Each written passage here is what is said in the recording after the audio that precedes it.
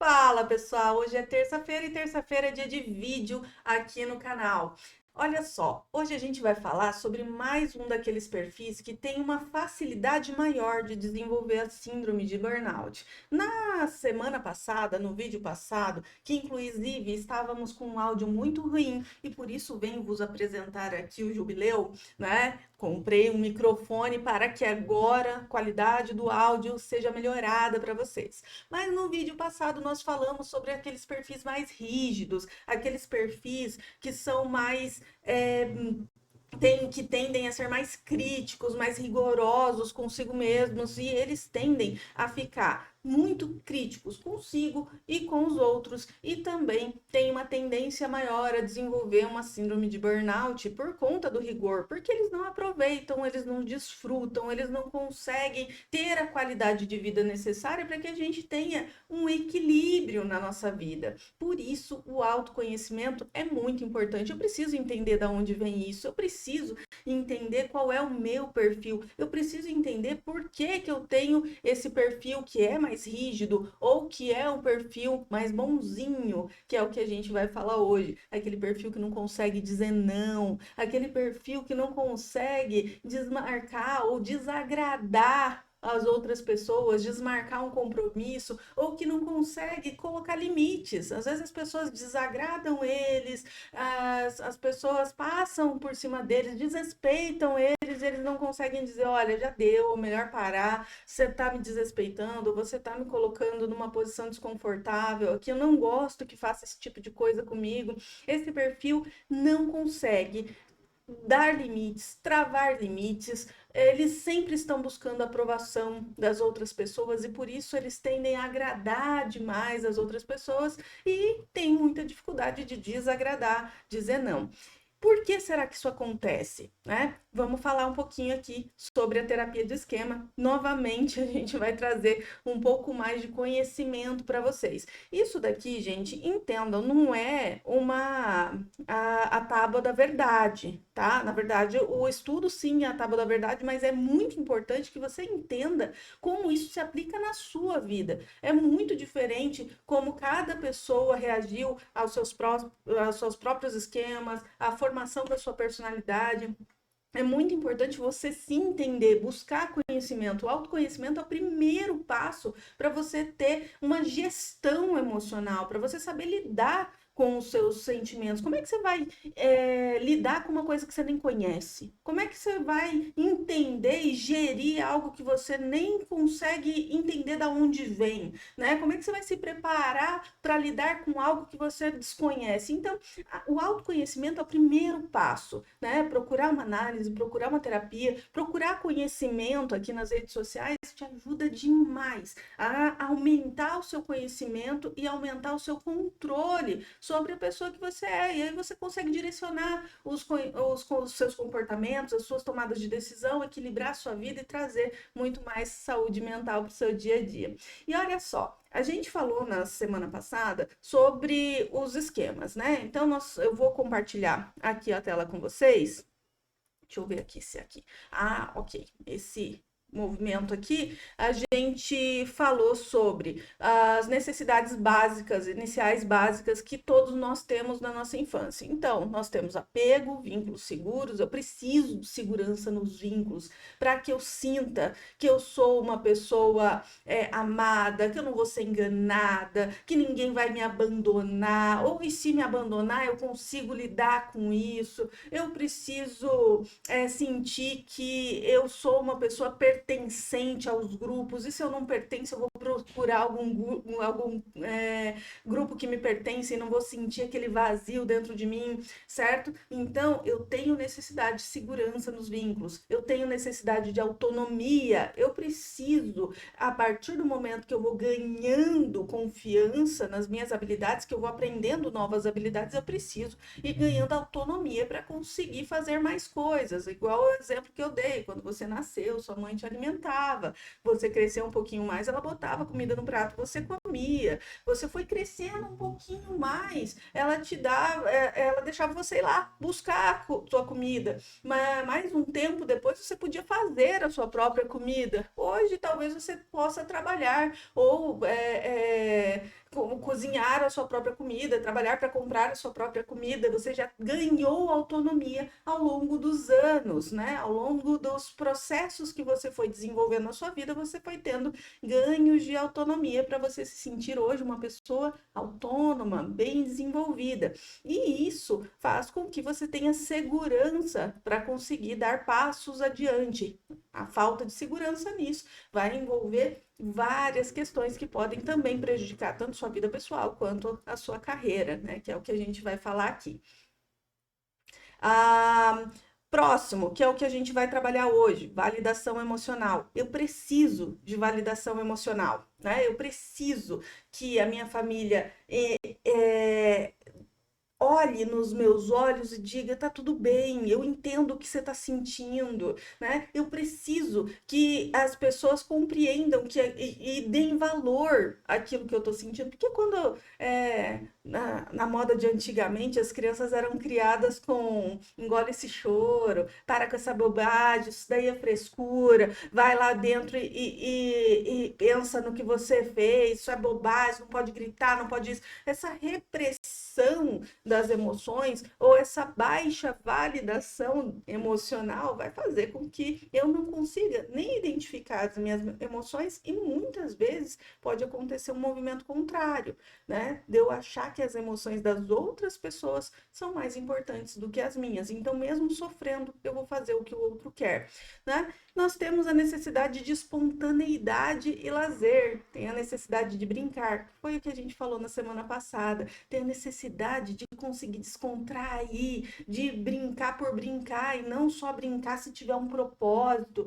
ou só brincar de coisas que eu vou ter que desenvolver habilidades para em algum momento isso virar uma profissão. Não precisa ter um rigor, a brincadeira ela é justamente para eu me divertir, o objetivo da brincadeira é a diversão. Não, você está se divertindo por quê? Por que você acha que isso é legal? É porque é gostoso, porque eu gosto, porque eu faço, porque eu quero, né? Então, essa brincadeira vai fazer com que uma criança se desenvolva sabendo se divertir, sabendo brincar, sabendo equilibrar a vida. Eu vou ter meus momentos de trabalho, de foco, né? E eu também vou ter os momentos de lazer, de brincadeira, que é para isso, né, que eu trabalho. Justamente a nossa vida, preciso entender que o meu trabalho, ele é uma parte da minha vida. Minha vida é o todo, né? O trabalho é só uma das partes ali da minha vida. Então, é muito importante eu entender que a espontaneidade e o lazer é uma necessidade minha. E também temos aqui a necessidade de limites, né? O limite, como eu falei no vídeo passado também, é aquela necessidade que ninguém quer ter, mas quando eu não tenho limites, eu não consigo ter limites também na fase adulta, né? Eu não tive limites na minha infância, eu não vou conseguir ter contorno na fase adulta. Eu acredito que eu sou maior do que as outras pessoas, que eu sou melhor do que as outras pessoas, ou realmente eu não consigo me organizar nem com as minhas emoções e nem com as minhas prioridades, né? Eu me desorganizo, eu não vou aos compromissos, eu não consigo me organizar nem mentalmente e nem com os compromissos e as metas que eu tenho para fazer. E hoje, então, a gente vai falar principalmente aqui da validação emocional, certo? Então, eu vou fazer uma explanação aqui sobre o que é a necessidade de validação e como ela pode interferir diretamente na sua carreira. E eu vou falar um pouco sobre o que eu encontro aqui no consultório relacionado à validação emocional. Então, vamos deixar essa tela grande aqui, né? Depois a gente compartilha novamente os slides, mas o mais importante é a gente entender que validar as emoções vai além de dar nome. Mas a primeira coisa é eu saber dar nome, eu saber nomear aquilo que eu estou sentindo. Muitas pessoas não sabem dar nome para aquilo que elas estão sentindo. Às vezes elas acham que elas estão ansiosas e estão com raiva. Tô com raiva disso. Às vezes elas acham que tô com raiva, e não, eu tô com ciúme, eu tô com inveja, né, daquela pessoa, porque ela faz uma coisa que eu não consigo fazer. Eu não consigo expressar aquilo que eu sinto muitas vezes, porque eu não tive suporte emocional ou validação emocional para eu conseguir dar nome para aquilo que eu tô sentindo. E muitas vezes eu não consigo olhar para aquilo que eu tô sentindo como se aquilo fizesse algum tipo de sentido. Eu conheço conheço pessoas que quando elas falam assim, ah, não, mas por que que eu não vou trabalhar? Só porque eu, sei lá, vamos supor, eu perdi meu cachorro. Ninguém vai entender que eu ter perdido o meu cachorro me deixou triste e por isso eu não vou conseguir trabalhar direito.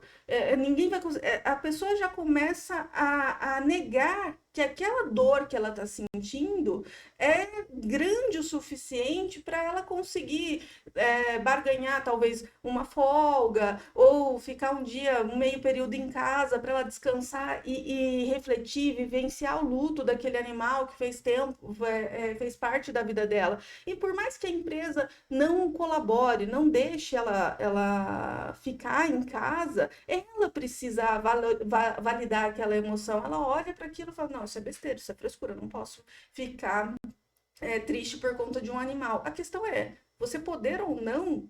Não vai fazer com que você deixe de ficar triste por conta daquilo. Quando você fala, eu não posso sentir isso, quer dizer, você já está sentindo, não tem como você não sentir algo que você já está sentindo. Faz sentido para você? Então, é muito importante eu entender que a validação emocional vai me dar informações sobre como o meu organismo está reagindo aos estímulos que vêm no mundo. Eu preciso saber, não, hoje eu estou triste. E quando eu estou triste, eu preciso acolher esse sentimento. Porque quando eu digo que é frescura, eu não faço luto desse motivo que me deixou triste. Eu não consigo fazer a elaboração, porque eu não deixo a tristeza acontecer. Faz sentido? Se eu tô com raiva, se eu não consigo admitir que eu tô com raiva de alguma situação, eu também não consigo olhar para mim e falar: peraí, você tá sendo muito agressiva, vai, se acalma um pouco, depois volta aqui e resolve essa situação. Eu tento resolver aquela situação mesmo na hora da raiva.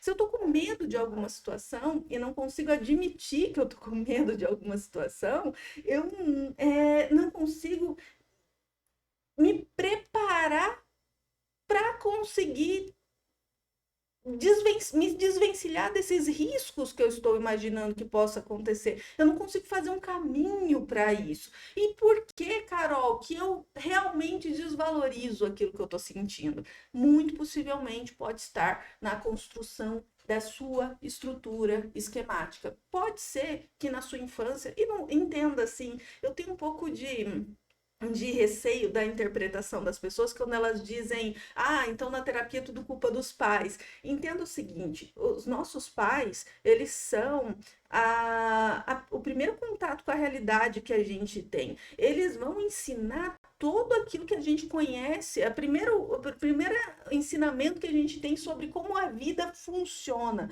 E a gente vai criando crenças, modelos de comportamento, a gente vai criando toda a nossa estrutura cognitiva através do contato que a gente tem com a nossa família. Então, não é a intenção da psicologia olhar e falar é culpa dos seus pais, mas sim, dentro do seu processo de criação, você, junto com os seus pais, certo? Construíram um modelo de visão que pode ser funcional, pode estar te ajudando muito a viver a sua vida, mas pode ser disfuncional e pode estar te atrapalhando a viver na sua vida. Então, essa relação que se deu entre você e seus pais na sua infância foi te ajudando a construir a sua percepção de mundo. E aí, a ideia é que você consiga revisitar agora, enquanto adulto, essa visão de mundo e falar: poxa, isso daqui não faz tanto sentido, acho que eu posso mudar dessa forma. É para isso que o processo terapêutico serve, né? Então, ah, só para a gente entender aqui, né, eu vou passar aqui para vocês quais são as estruturas que podem ser formadas quando, na minha infância, eu não tive muita validação emocional. Antes disso, deixa eu pensar aqui junto com vocês, né, que várias coisas podem fazer com que, vários tipos de famílias podem fazer com que a validação emocional não ocorra, né? Vamos entender aqui. Primeiro tipo de família, né? Entenda que isso não é uma ordem, nem eu estou falando sobre coisas que eu presencio aqui no consultório e sobre um pouco da metodologia da terapia do esquema, né? Então, Algumas famílias, elas não validam as emoções negativas, de jeito nenhum. E às vezes é por muito boa vontade dos pais, ou muito boa intenção. Melhor palavra agora, pensando aqui, seria a melhor intenção dos pais, trazer para essa criança uma emoção positiva o tempo todo. É como se ela colocasse na criança aqueles óculos cor-de-rosa, que tudo é bom. Ai, mas pensa pelo lado positivo. Ai, você perdeu, mas olha, pelo menos você competiu, né? E às vezes a criança tá lá com uma fratura exposta, fala assim: não, não, não, não aconteceu nada, não tá doendo nada e tudo mais. E não, você é linda, olha só, tudo maravilhoso, tudo que você faz é incrível, sensacional.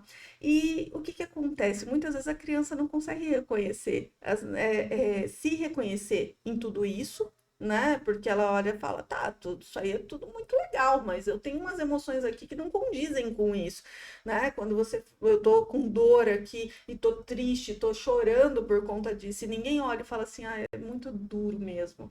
Quando a gente quebra alguma coisa, que me fala um pouco sobre o que você tá sentindo, tá doendo muito, né? Deixa eu te dar um abraço. Será que se eu te der um abraço melhor? Vamos conversar aqui, validar essa emoção de dor ou de tristeza que essa criança está sentindo. Muitas vezes isso não acontece porque os pais não querem frustrar as crianças, né? É muito amor ali. E eu falo, não, não, não aconteceu nada. Eu iludo ela aqui com alguma coisa e ela esquece que aconteceu essa perda ou aconteceu alguma coisa ruim e ela sente que ela tem que ser sempre muito boazinha, que ela não pode reclamar, que as coisas têm que ser muito boas o tempo todo e que as coisas e que eu tenho que corresponder a essa imagem de tudo no positivo, que de alguma forma a criança pode ter percebido que os pais esperam dela, que ela não veja, que ela não reconheça coisas de uma forma negativa, só que ela reconhece. Então uma parte dela que não está sendo validada, talvez ela até sinta que ela é uma impostora. Faz sentido, né? E daí pode ser uma sementinha para a síndrome do impostor sendo plantada aí, da criança falando assim, tá, mas eu não sou essa coisa tão incrível que meus pais dizem que eu sou. Eu talvez tenha algumas coisas aqui que eu não goste, tem algumas coisas que eles não gostariam, né, que eu tivesse aqui, e eu não me sinto reconhecida ou validada por isso. Entenda. Os pais querem validar, os pais não sabem que eles precisam validar todas as emoções, eles querem acolher também, né? Então, é muito importante a gente entender que essa criança, ela tá respondendo a uma percepção que ela tem ali. Isso pode acontecer, estou dizendo uma possibilidade, tá? Dentro de várias possibilidades que podem acontecer também, mas para ficar mais claro para vocês. Pode acontecer também dentro daquela questão um pouco mais rígida, né? Engole esse choro. Isso é besteira, larga a mão disso que é frescura. Então, às vezes, a criança quer uma coisa e os pais não querem dar para ela e a criança se joga no chão, para de frescura, moleque, né? E às vezes até bate na criança. Isso quer dizer, aquilo que eu sinto é besteira, aquilo que eu sinto é frescura, então o que o outro sente talvez seja mais importante do que eu sinto. Eu não posso falar alguma coisa, senão eu vou deixar o pai nervoso ou a mãe nervosa. Eu tive uma vez também um paciente que ele me trouxe assim que ele tinha conversas muito profundas com a mãe, com os pais, e a mãe tentava explicar muito para ele, e ela sempre validava muitas emoções das outras pessoas. Olha, se você fizer isso, fulano pode se sentir bravo, né? E daí talvez ele não vai gostar, porque talvez isso. E aí ela falava, se você falar tal coisa, talvez a pessoa pode interpretar de um jeito diferente, que não foi a sua intenção. E daí essa pessoa na fase adulta, ela era uma pessoa que era muito preocupada com o que os outros iam pensar, né? Percebe? Ela não estava validando o que ela sentia, o que ela tinha vontade, quais eram os desejos dela, e sim o que os outros sentiam, as vontades das outras pessoas, se ela ia inspirar algum tipo de emoção negativa nas outras pessoas. Isso está muito relacionado com como ela aprendeu a experimentar, experienciar as emoções dela na infância, né? Então, eu vou compartilhar aqui a tela com vocês para a gente falar, né? que isto... Ixi, ficou muito grande e minha câmera não tá aparecendo aqui para vocês, né? Então vamos no pequenininho mesmo, que daí eu consigo ampliar um pouquinho aqui, mas acho que vocês vão conseguir enxergar. Não vou ampliar não, tá? Para a gente passar para a próxima aqui. Então vamos falar do domínio de direcionamento para o outro e como ele pode funcionar dentro da carreira, dentro do trabalho, né? Então, o primeiro esquema que vem surgir dentro desse domínio aqui é o esquema de subjugação. O que seria subjugação? Subjugação é uma necessidade, uma vontade praticamente incontrolável de seguir regras, seguir aquilo que o outro quer. E muitas vezes o outro pode ser a ideia que eu tenho do que o outro. Ah, eu não vou falar isso, senão a minha fulano vai ficar chateado. Ou eu vou fazer tal coisa para que fulano fique feliz, né? E às vezes a pessoa nem ia ficar chateada e nem ia ficar feliz com aquilo que a pessoa fizesse, entendeu? Mas na verdade ela tem uma ideia, uma expectativa do que o outro quer. Mas a subjugação, ela é um esquema que vai fazer com que o outro sempre ceda às necessidades da outra pessoa, certo? Então eu sempre vou ceder às necessidades das outras pessoas. E isso é muito doído para quem cede, né? Então, dentro do trabalho, como que isso pode funcionar? Eu nunca me coloco na posição de liderança. Eu nunca me coloco na posição de exigir coisas e muitas vezes eu vou validar muito mais as necessidades da empresa ou dos meus colegas do que as minhas mesmo. Muitas vezes eu vou fazer coisas que eu não concordo, sabendo muitas vezes que vai dar errado, mas porque fulano falou, porque fulano queria, eu vou fazer exatamente desse jeito. E esse esquema de subjugação vai fazendo com que eu fique muito passivo diante das situações, porque eu vou aceitando tudo como se eu não pudesse reagir de uma outra forma. Faz sentido para você? Então, a subjugação ela vem como se fosse é, um é uma regra que eu tenho que seguir, que eu preciso satisfazer sempre a necessidade das outras pessoas, ela sempre vai ser mais importante. E aqui nós temos o próximo esquema, que seria o autossacrifício. Né? O autossacrifício, ele é um pouquinho diferente da subjugação, porque ele se subjuga sim ao outro. Só que mais do que isso, ele se sacrifica para isso. Ele deixa de fazer coisas que ele precisava fazer para fazer a necessidade do outro, ou ele deixa de fazer coisas que ele queria fazer para ter a necessidade do outro. Sabe aquela pessoa que muitas vezes escolhe a carreira baseado no que os pais queriam? Certo? Eu queria fazer psicologia, né? Mas meu pai queria que eu fizesse medicina, então eu fiz medicina, porque era o sonho dele ter um filho médico, ou não, eu queria fazer arquitetura, mas meu pai achava, queria sempre, profissão do meu pai era advogado, ele queria ter um filho advogado, então eu fiz direito e assim por diante, sabe? Eu sacrifiquei uma vida que não era do meu pai, era minha, eu sacrifiquei a minha história para fazer valer a vontade do meu pai.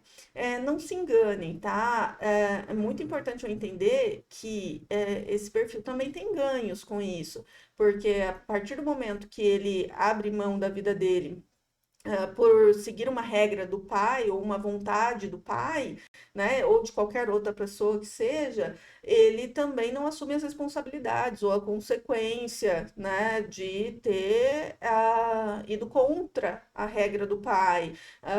De alguma forma, em algum momento, ele pode sim dizer: Ah, eu abri mão da minha vida por sua causa, e o pai diga: Mas.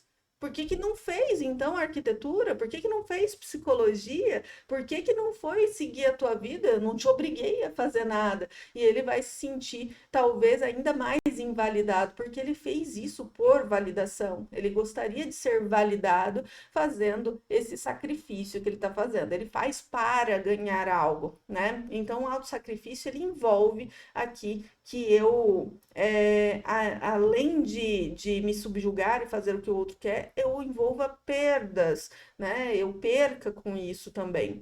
E nós temos o último aqui, que é a busca de aprovação, reconhecimento. Então, eu tenho esses três esquemas aqui muito fortes que implicam num perfil que seria o perfil que a gente chama de perfil bonzinho.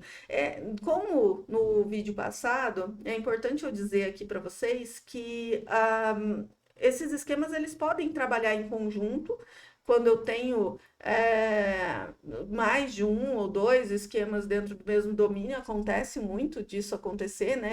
Eu me subjugo, eu me sacrifico e eu busco aprovação, né? Mas eles podem acontecer de forma separada também. Eu tenho só um esquema muito forte de busca de aprovação, né? Eu tinha uma paciente que ela falava de forma muito clara, né? Ela tinha um esquema muito forte de busca de aprovação e ela falava, ela brincava toda vez, ela falava, eu faço de tudo para o petisco. Qualquer coisa eu faço por um petisco. Eu faço as coisas e eu quero a aprovação das outras pessoas. Aquilo que não fosse aprovado, eu não faço.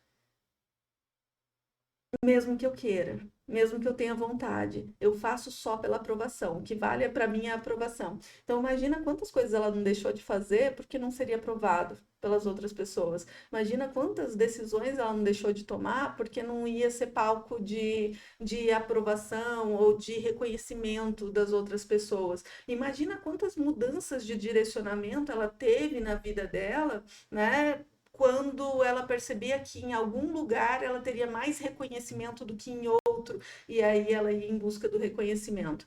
É muito importante a gente entender que buscar o reconhecimento, todo mundo busca.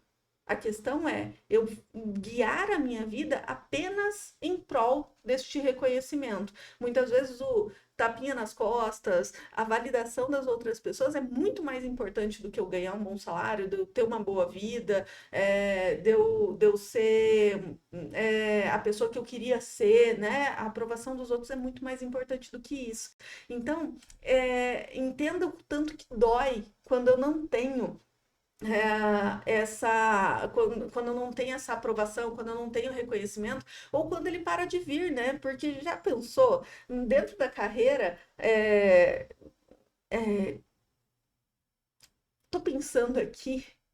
É muito mais comum a gente receber críticas ou feedbacks construtivos, como os gestores chamam, né? Do que reconhecimento. Até porque você faz uma vez e o teu gestor ou os teus colegas te reconhecem, da segunda vez que você fez, eles não vão dizer parabéns de novo, né? Então, a tendência é que você seja reconhecido menos vezes do que repreendido ou do que corrigido em algumas situações com relação à rota. Então, imagina o nível de ansiedade para estar sempre alterando, né, a forma de comportamento ou padrão de comportamento para que as outras pessoas me aprovem. E aí entra um coeficiente importantíssimo, né, dentro desse direcionamento para o outro. O que que o outro vai sentir? O que que o outro vai achar? O que que o outro vai pensar de mim se eu fizer tal coisa? É, geralmente, esses pensamentos, essas perguntas fazem com que a gente aumente o nível de ansiedade e tenha uma dificuldade gigantesca de dar limite. Então, sabe aquela pessoa que muitas vezes é folgada, que passa dos seus limites e tudo mais? E você não consegue dizer não. Você não consegue dizer, olha, já tá demais, acho que você tá passando dos limites aqui, né? Então, quando eu falo, "Ah, poxa, acho que eu vou pedir demissão dessa empresa, não tô feliz aqui, mas o que que fulano vai pensar de mim? O que que meu pai vai pensar de mim? Eu tô ganhando bem aqui nesse lugar, né? E aí eu fico mais tempo suportando um lugar onde eu não queria mais estar por conta de estar, por conta do que o outro vai pensar. E muitas vezes, como eu falei no início, é uma ideia do que o outro vai pensar. E isso é o que é o mais perigoso, né? Eu não tenho certeza se realmente a pessoa está pensando isso de mim. Até porque, vamos combinar, né? As pessoas têm a vida delas. As pessoas estão pensando nas escolhas delas. Se você faz uma outra escolha, elas podem dizer, ah, certo ou errado, mas elas não vão ficar ali te julgando 100% do dia, pensando no que você vai fazer ou não. E acontece também que quando uma pessoa se acostumou a ter em você uma pessoa que supre todas as necessidades dela, adivinha quem é que ela vai procurar na hora que ela está precisando de alguma coisa, né? Então ela vai se frustrar. Então, toda vez que você falar não para ela, ela vai se espantar. Ela nunca me falou não, né? Nossa, essa pessoa mudou, né? Começou a fazer terapia. Isso acontece pra caramba, tá? Tô cansada já de ouvir esse feedback dos meus pacientes dizendo, começou a fazer terapia, começou a ficar mais egoísta. Não é egoísta. É, a ideia da terapia, inclusive, não é deixar ninguém egoísta. Pelo contrário, quando a pessoa vem egoísta, a gente precisa trabalhar esse equilíbrio, né? Mas quando alguém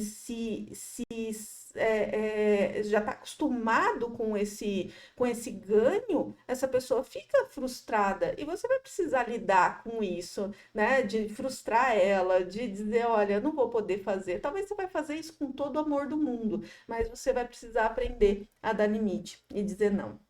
Mas tá bom, falamos aqui sobre tudo o que causa, tá? Entenda que na tua história isso pode se encaixar de uma certa forma, a gente teria que entender como que isso se construiu, se você se reconhece como uma pessoa boazinha, né? Mas e agora? Eu me reconheço, eu sou assim, não consigo dar limite, o que o outro pensa é mais importante do que eu não assumo posições de liderança, eu sempre sigo a regra, sigo as ordens, eu tenho necessidade que as pessoas me deem direcionamento e caminho, e estou o tempo todo feliz, querendo a aprovação das outras pessoas, mesmo que eu esteja me matando, me sacrificando, eu estou esboçando um sorrisão danado aqui para conseguir ali um reconhecimento, dizer, olha, você foi bom, você conseguiu, para eu conseguir ficar feliz com a aprovação do outro.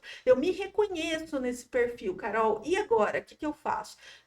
Como todas as vezes eu falo, procura autoconhecimento, investe em você, procura terapia. Tá? Não tem como você, lendo livros ou assistindo vídeos, entender como isso se aplica dentro da sua vida. É você e uma pessoa preparada para fazer essa leitura que vão conseguir entender como que isso se aplicou na sua vida. Se conhece que você vai ver a diferença e o poder que você tem quando você conhece o seu funcionamento, a sua cognição, e aí, a partir do momento que eu entendo, eu consigo mexer, direcionar, trabalhar, construir ferramenta para lidar com isso, com o meu próprio perfil, tá? Então, primeiro passo, se conhece. Segundo passo, que é um pouco parecido com o primeiro, mas investe em você. Começa a se questionar, quando você sente alguma coisa, valida isso, sabe? Poxa, eu tô sentindo isso. Começa a dar nome para aquilo que você está sentindo. E se for muito difícil para você, porque está muito distante, coloca despertador com perguntas assim: o que você está sentindo agora?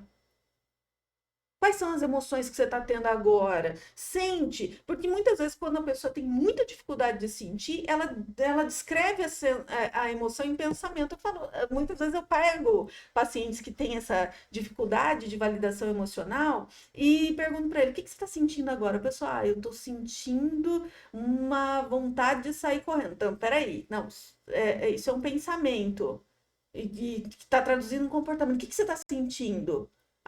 Eu tô sentindo ansiedade. Ansiedade é uma emoção, legal, né? E por que você tá sentindo ansiedade? Começa a se questionar o que você tá sentindo nesse momento, o que te faz feliz, o que te faz triste. Quando você tá triste, o que você faz com aquilo que você está sentindo, né? Entenda que todas as emoções elas têm uma função na sua vida, né? O seu sistema límbico ele é um sistema protetivo, ele interpreta os sinais e te prepara para lidar com os estímulos do meio. Então, se você está triste, Ele está te protegendo de algo. Você precisa acolher essa tristeza e precisa, de alguma forma, entender o que te deixou triste e como que você vai organizar isso, né? A tristeza é a emoção, a única emoção que é capaz de organizar, né, o teu raciocínio, de jogar fora aquilo que é necessário e cicatrizar as feridas das perdas emocionais. Poxa, eu tô com raiva. O que que me faz sentir raiva? Geralmente vem de um sentimento de injustiça. Aí, então, por que que eu tô com raiva? Onde que eu sinto que eu fui injustiçada? Eu realmente fui injustiçada? Deixa eu entender essa raiva, deixa eu acolher para eu saber o que fazer. Porque se eu não souber o que fazer, eu vou acumulando essa raiva até a hora que eu vou explodir. E eu vou explodir agressivamente e as pessoas vão dizer que eu tive um piti. Depois de muito tempo aguentando, aguentando, aguentando, as pessoas, na hora que você expressar a sua raiva, como você não soube trabalhar com ela antes, as pessoas vão dizer que você estourou, que você explodiu. Faz sentido? Então é muito importante. Então, primeiro, se conhece, investe em autoconhecimento. Segundo, valida as suas emoções, valida suas próprias emoções. É muito importante que você consiga dar nome para elas, que você consiga entender elas, que você consiga acolher as suas emoções. E, em terceiro lugar, muito importante, se vira, mas faz tua vida valer a pena. Se diverte, aprende a se divertir, aprende a fazer coisas que você gosta, de priorizar as coisas que fazem bem para você. Muitas vezes o pensamento da gente é um pensamento de, e se eu fizer alguma coisa, fulano vai ficar chateado. Se eu ficar me importando e me divertir, eu vou deixar faltar em algumas áreas. Se você não se diverte, você não vai ter energia para ser um bom profissional, você não vai ter energia para ser um bom pai, uma boa mãe, sabe? Se você não se diverte, sua vida, você vai secando o teu combustível até você ficar realmente sem vontade, sem energia. Então não faz sentido. Então se diverte. Se eu pudesse te dar um conselho aqui, faz isso. Investe na tua vida, investe em autoconhecimento, se valida e se diverte. Tenha momentos de diversão no teu dia a dia. Faz sentido para você? Então, assim, gente, é o seguinte, até me estendi mais do que eu deveria me estender aqui nesse vídeo. Eu sei que ele ficou um pouquinho comprido, mas a ideia era passar muita informação para vocês poderem ir buscar ainda mais direcionamento para fazer com que a vida de vocês seja uma vida profissional com muita saúde mental. Então, se eu contribuir aqui com vocês, deixa um joinha, deixa um like aqui nesse vídeo, me ajuda muito, compartilha com as pessoas que vocês acreditam que esse vídeo pode ajudar e deixe comentários aqui. A gente está começando o canal agora, então quanto mais interação a gente tiver, mais pessoas vão conseguir ver esse vídeo e talvez melhorar a qualidade de vida delas no trabalho e na vida como um todo. Um grande abraço, encontro vocês na próxima terça-feira. Um beijão!